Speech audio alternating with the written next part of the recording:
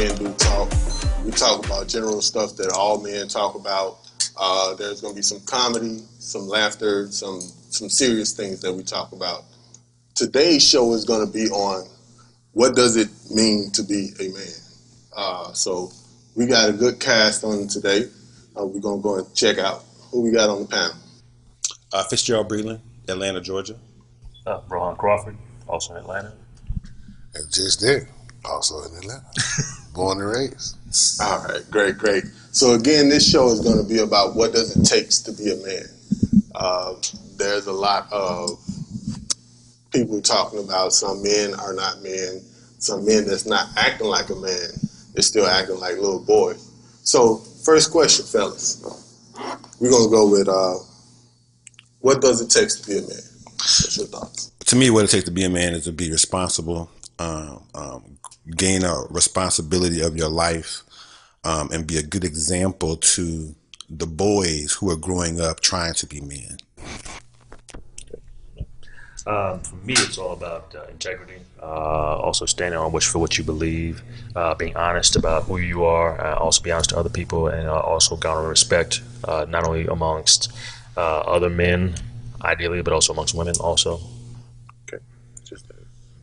And for me, to be a man is like I go back with both of what they say. Taking responsibility and being authentic and ownership, and also just being a natural born leader, which we were all bred to do. I mean, like we live in this life, but once we came in this world, we came with everything that we are equipped to do to be that type of person. So once you come into yourself and understand who you are, that's, I think, what manhood is, and that's what being a man is to me. Okay, good. So, fellas, when did you know you became a man? I knew when I became a man when I first reached college and knew that most of the responsibility was going to be on myself. And the things that I did as a child, I couldn't do anymore because I had to make sure that the responsibilities that were placed upon me, I took care of. So that's when I realized that, about 18. For me, it was the person I look up to is my dad. So when I noticed that when he communicated with me, he was really almost seeing me more as somebody he can always talk in a different way. And I noticed that he would also get my opinions on certain things. And he wasn't dictating to me anymore as he used to, obviously, when I was younger. So when that came into play, I said, okay, this is a person who's now seeing me with a little bit more respect. I said, I must be coming into my own at this point. So when seeing things like that happen, that was a clear sign for me. I think for me, you said the question was when you realized you was becoming a man. Yeah. I mean, I joined the military straight out of high school. Like, I graduated high school, and the very next day, I was in Fort Leonard Wood, Missouri. So that was a rude awakening, and I was all by myself, and I had to figure things out on my own. So I mean, that was the point where I was like, okay, like the blinders are off. You got to get out there and do it. So it was just military for me. Good. Now, another question, not question that's on the list, but what can you show a young, as they say, boy now? What can you show him how to be a man? Well, the best way to show is to be. You know what I'm saying? I don't think it's in the instructions. I think it's in the example. If you got somebody, a youth around you, you need to be the example, not tell them or show them. Like as far as my father, I mean, like he was to me the greatest example because I just saw him. He didn't talk about it. He just did it. I mean, it was just things that he did, the way he carried himself, the way he talked to people. I mean, you gotta understand, as a child, you're gonna pick up on everything that somebody else is doing. And as a man, as an adult, you gotta understand that they are looking at you, whether they tell you they're looking at you or not. So, I mean, I just say be that example. No, I agree. My father was my example, and I think that as a man, when you're around boys, they watch everything that you do as a man. So listening, having your pants up on your butt, speaking to women in a certain way. Right. All those actions are actions that those boys see and they want to emulate. Why do you think they want to follow Lil Wayne, Jay-Z? Right. Because they want to see, they see those guys as being men. And they're getting glorified, though. That's the thing. They're getting glorified for that stuff. And so they want that same glory. Right. So if I wear my pants halfway down, if I sit up there and talk to them in a certain type of way, I'll get certain status. I still say getting respect is important, and that usually can be coming from being consistent about who you are. Because there's a lot of people who are above a certain age, and of course, it's at legal age of adulthood is 18 in this country. But there are a lot of people over 18 who are kind of wishy-washy, who don't stand on what they mean. They say, okay, this is my position I take on this, and yeah, you can change your minds on certain things, but if they're not showing consistency, that shows, okay, I can't trust you. And you have to be shown that you can be trusted and you can be counted on, and that's something that what a man should be. So we should be able to count on you. No, you're right. My father is consistent. For the past 40 years, he's done the same stuff over and over again. That was my example. That's how I became who I am. Because he was that shining example that you just need to be consistent in what you do. Going to church, leaving work at 5 a.m. every day for 30 years, then get a retirement check. All those things that he taught me was things that I soaked up like a sponge because I wanted to be that. When he had athlete's feet when I was 8 years old, I put his shoes on because I wanted to be like that, right? So those are all examples of me. And that tells me that, I'm that next step, right? The kids who follow and watch me are going to see what I do. And if they respect me, they're going to they're going to want to do the things that I do. Yeah. And see, that goes back to what I was saying earlier about, to be what it takes to be a man, you got to see the bigger picture. Because it's not about you at this point, you know what I'm saying? When like you said, taking on responsibility, that's a responsibility to raise these boys. Not just your own son, but just to raise people that are actually looking at you and want to emulate you. So you have to sit up there and set a positive example. Again, you got the rappers and everything. Everything gonna be on TV. But I'm talking about everyday life, day to day. That's the most important thing. That's the detail. And I would say also probably especially for a lot of men just in general, is like how do you deal when things don't go right for you? How do you handle it? Yeah. And again, it's mostly about you can just talk all day long, but again, if you have to show that your actions match with what you say, and again, it's mostly by your actions, that's going to speak volumes. No, I'm from Tidewater, Virginia. I grew up there. My father was a principal, a prominent figure in the Virginia area. I would go back and visit some of my friends I played sports with. A couple of those guys would tell me, my dad wasn't in my life. When your dad would come to watch us practice and he would tell me stuff, I soaked up to that. I appreciated that. And I saw him as my surrogate father. I never knew that, right? When I was growing up, my dad was there every day. He would get on my nerves and bother me and beat me up when I got in trouble, right? But those other kids who said that made me realize, damn, he's important in my community. And it goes like what you said earlier. And you definitely notice that, especially with at least a lot of my friends who didn't grow up with their fathers for whatever reason, when their fathers passed away young, when their fathers when they got divorced, their parents were never married to begin with, and on top of that, they had no other positive male father figures in their life. Right. You definitely see the difference. I'm one of those people that didn't have a father in the home. Mm-hmm. I was raised by women. So you try to look for that father figure, and for those that don't have a father in the home, they'll find anybody. Anybody that they can look up to be like. For better or worse. Older brother, uncle, somebody out in the street, gangs, so coaches, rappers. But it's different than it was back in the day. You always had somebody that was somewhere positive, an uncle, older brother, something like that. Rappers they was talking about gangster stuff, but they wasn't out here disrespecting women the way that they disrespect them now. Women thoughts. What is a thought? So just crazy stuff. So that goes to those young kids nowadays that don't have a father figure in home. They need to reach out to somebody that is positive. So how do we get those young people to the positive people instead of the negative people?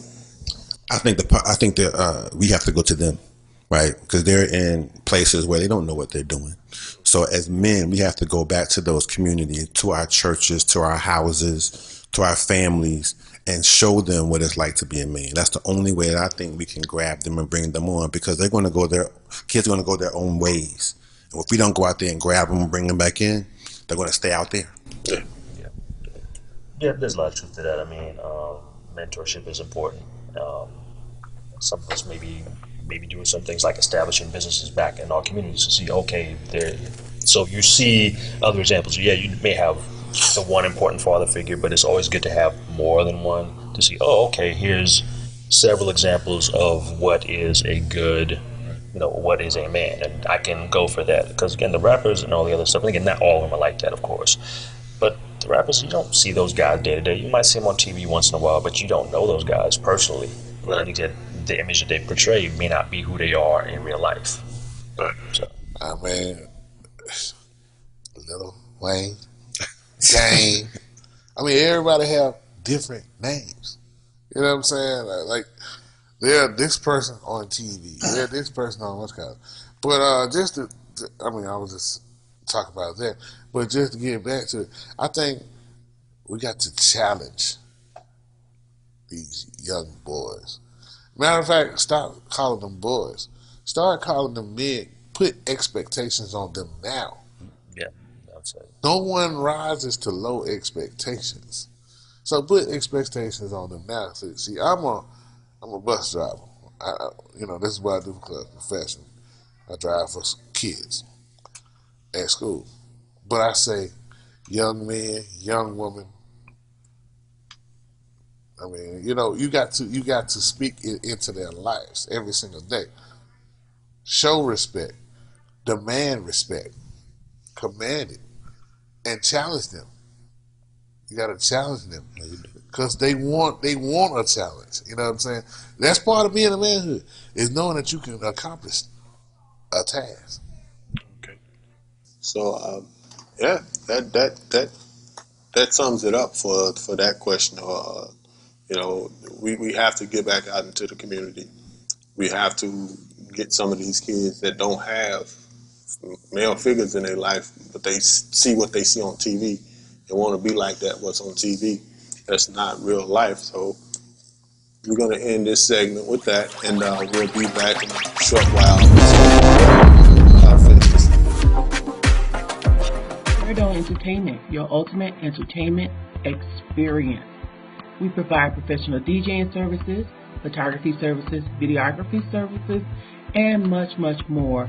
Please call us at 855-744-7755 or hit us up on our website or all the social media. All right, we're back with Andrew Talk, and again, the topic is what does it take to be a man? Again, we got the same panel, and we just going to turn up the questions on y'all. Here we go. Let's go. All right. Next question is, tell me why women. Well, there's a phrase out there called that says only a man can raise a man. What does that mean to you? That means to me that in order for a boy to really understand what it's like to be a man, make that transition, someone like him needs to teach him that. There are certain qualities that a woman can give a young boy, but she can't raise him to be a man. Yeah, you just have to have a clear example of what that means. I mean, a mother can, again, show him certain things, what to do, but she may not teach him how to be more decisive, which is what is considered more of a male quality. I've seen a lot of guys that I knew growing up that, they'll still go to college, they can still have jobs, but they didn't have a positive male role model in them. And I see when I talk to them, they tend to be a lot more emotional and not as much, not that you can't have emotion as a man, but they seem to be more geared towards more emotion in terms of how to react to stuff, and they don't deal with things from sometimes a point of more of logic. And sometimes that's where a male image can come and do that for them. How to deal with adversity, how to conduct yourself. I mean, let's just keep it real. A man can't. I mean, a woman can't teach a man how to stand up and use the restroom. That's right. You know what I'm saying? That's right. A woman got to sit down and use the bathroom. Okay. She can't say, "Okay, son, you got to sit down and use the bathroom." You can't sit down and use the bathroom. You got to stand. You got to stand. And then, you know what I mean? We got to go. Listen, when it's time to go, it's time to go. You got to go. Yeah. And I'll say this one other thing. I had a bunch of friends that I know, women, who raise their sons. And they'll say, I'll teach my son to respect all women. On the surface, there's nothing wrong with that. Invariably, what will happen is that boy will grow up and he will not be able to make a distinction between saying, yeah, in general, you should show every woman a certain level of respect, but you got to have some standards in place in terms of what is considered an expectable woman to bring with you. So, because a lot of these guys will eventually bring some women home or some girl home to meet mom, and mom's not going to like that girl because he did not understand, okay, there are certain women you can respect, and that's fine, but not this one. You can't bring this home to meet me, because he didn't have dad say, yeah, you got to have better standards there. And the mother's not always going to let him know you can't. Some things become more acceptable than others in terms of the type of women you bring around me. Well, one other thing I was thinking about is, when a young boy bucks up to his parents, his mother and father, that emotional attachment that a woman has to control that son, when he gets 15, when I got 15 or 16, that emotional attachment was there. But after a while, I wasn't trying to hear that. But when I got to the house and my father was there, he's 6'3", 290, and I walked in the house and he gave me that look, grabbed me by the throat for one example, and walked me into the garage with my feet not touching the ground. A woman can't do that. That is the other thing, because I've seen a lot of, like, I had that moment with my dad, something very similar to that, and I've seen the difference between how men respond to dealing with other men. We already know there's a certain point we can't go. We can have a disagreement, but there's like a certain cutoff. Okay, I can only go so far with you. With a lot of women that I know, they don't know that boundary necessarily. So imagine if you have a son that's raised that way, not knowing what his boundaries are. That could be dangerous for him later on. That's where, like, the father says, okay, you got to know where your limits are. And again, pops checked you. My dad checked me. He's got to let you know these are your limits of what you can do and what you can say. Raised by my mother. Probably, but not necessarily though. And I also think I so wholeheartedly agree with you. You got to get that whooping. You got to get that beat now. It's part of being a man. That's right. You got to get it. I'm trying to tell you, and I got it. Let me tell you something. My dad is getting ready to turn 70 years old. I still won't try him. That's right. You understand what I'm saying? Because one day I was sitting up here, I was looking at a talk show, and the little kid was saying, "Oh, my mommy, my daddy beat my mommy." And I was sitting up there looking at the show with my dad, and I said, "Hey, Pop, I'm just trying to let you know, I love you like a father, but you ever put your hands on my mama, it's on." You know what my dad said? "Hey, we ain't gotta wait for that. We ain't gotta wait for that. Get up. Let's go." I said, "Hey now, hey." And then next thing you know, I woke up and he was standing over me. And he said, "Get up." I said, "No, sir." I ain't never did it again. But see, you got to have that. You got to have it. That is part of being a man. Because you got to get that beat down. I had some strong women in my life. My grandma, if I would have tested her, that she got like 10 kids. She had 6 or 7 of them.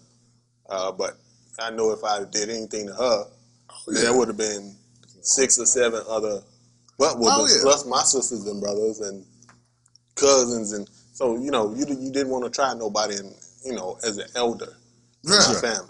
Regardless if it was a female or a male, you didn't want to try him because you was gonna get beat down one way or the other. Yeah, what's up? Yes, sir. Well, one more thing I was thinking about. I was thinking about boy coming to manhood and a woman raising a boy to be a man. I don't think a woman can give a boy that swag that he needs when it's time for him to start talking to women. Yeah, right. The only way he gonna get that is from someone who's done it before.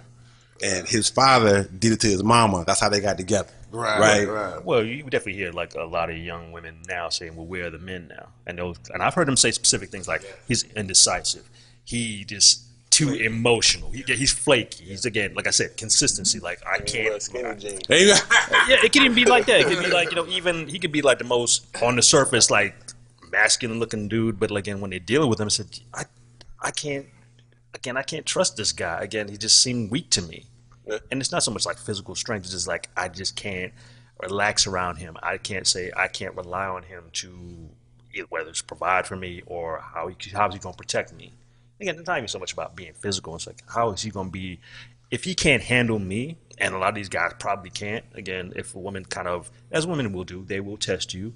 Not so much to be mean and malicious. They just want to test you because that's the way they're figuring out if you're a man or not. And if you fail these tests, it's a wrap. Again, if he's too emotional, if he's like he said, okay, I just can't. Or like simple things like, okay, what do you want to eat tonight? I don't know what you want to eat. But again, that beat now is so important. I'm serious, man, because I'm trying to tell you, I had a life altering thing.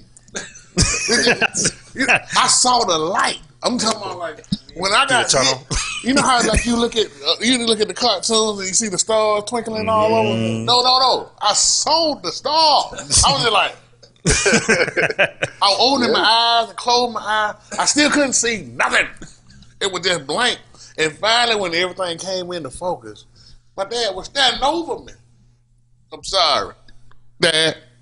You whooped my tail. I'm sorry. I ain't gonna mess with you no more. I'm sorry. I think a woman wants a man, right? A woman who's into men wants a man to take control. So in order for a boy to be developed into a man, he's got to see that. Not on television. It ain't Denzel Washington in Training Day, right? It's something that you got to see on a daily basis. King Kong, nothing on me. That's the thing where you got to like make sure there's a balance. So like you can see guys who will take that extreme approach to say, oh, I gotta be hard at all times. It's got to be a balance, right. Though. Yeah. Somebody every day will teach you that. Yeah. Absolutely. Yeah. Mm-hmm. All right. So, one question is, one single act in your life you thought that transmitted you from a boy to a man? That's a good question. When I got that beat down. No, serious. I mean, I'm being serious. When I got that beat down, cause see, again, you got to know your limitations, and at the same time, the first time when I got beat down, I got back up, and you got to know that you can get back up, and know the next time, okay, hey man, all right, now let's talk about this, cause we did talk about it. You see what I'm saying? We did talk about it. And he's saying, like, this is not the actions that you need to take. You need to be careful about what you say and how you approach people. You know what I'm saying? And that's what it was. It was like, okay, I got it. But I had to wring my head first. I had, you know what I'm saying? I had to rinse out certain things. Sometimes you had to get knocked out. You got to knock out for you to wake up. I think for me, minus me being choked by my father at 16, when I was on the beach at 15 years old with my cousin and we were harassed by the police to the point that we got arrested and went to jail. I was 15, he was 18, he was in the Navy. That made me realize I'm looked at differently, right? That made me realize I can't do stuff everybody else can do. They don't look like me. So that was a good example for me to make me realize, I got to pull my pants up and act right sometimes. Yeah. Other times I can play. But for the most part, when I'm out in the real world, that example just made me realize I'm looked at differently by others. Yeah. That could actually hit you at a much earlier age even than that. But yeah, a lot of that is a factor in that, I said, okay, the rules are somewhat different for us, so I got to conduct myself a little bit differently. I got to almost worked harder in a lot of ways, and that's not everything's going to be just given to me in life. And the messed up part about that is you can't be a kid, right? You can't be a boy, right? Right. You can't have fun with the girls like you used to. You can't hang out with your boys because you got to watch yourself going to the mall. You can't do the stuff you used to do that was childish. But then I want to express this though. I want to express this. It's a beautiful thing when you become into yourself and you know yourself. When you get to the point where, hey man, this is me. And I accept me for being me. You don't have to sit up there and promote yourself. without promoting yourself. So you promoting yourself by accepting yourself. Everybody else wants to put expectations on you, but you put your own expectations on yourself, and you go with it. You good. You good. So it's a beautiful thing being a man. It really is. I mean, we talk about, hey, boyhood, manhood. It's a beautiful thing to be a man. It's a beautiful thing being a single black man in Atlanta. Yeah, That's a beautiful thing. Absolutely. Has its challenges, you gotta admit, but Yeah, sometimes, but you got options. I don't. Yeah. you got some options on that. Sir. Yes, you do. Yeah, but you gotta when you have those options, you gotta make sure you gotta be very discerning about those options, because I've seen how sometimes having too many options is not necessarily a good thing. Yeah, well, I mean, I feel what you're saying. Listen, I feel what you're saying, but options is options. I like to play like a kid in the candy store. Well, do you want chocolate? Do you want peanut? So again, this show was about what takes a man, what takes it to be a man from a boy. Again, we have just Derek. What's that? Rohan, and we have Chris. That's the show.